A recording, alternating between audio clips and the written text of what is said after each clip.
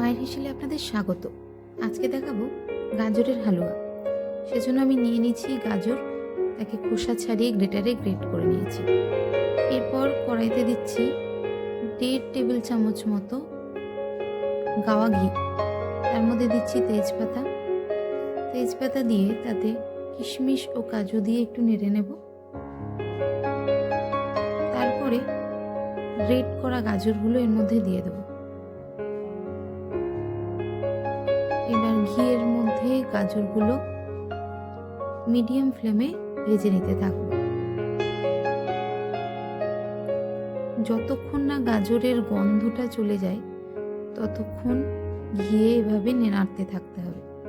এর মধ্যে দিচ্ছি 1 পিঞ্চ মতো লবণ, তাহলে স্বাদটা সুন্দর হয়। দেখুন এবার গাজরের গন্ধ চলে গেছে। এরপরে আমি এর মধ্যে দিচ্ছি দুধ।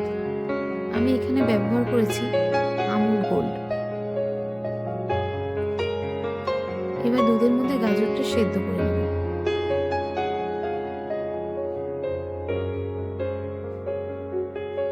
দেখুন দুধটা অনেকটা কমে এসেছে। এবারে এর মধ্যে দেব 3 টেবিল চামচ মতো চিনি।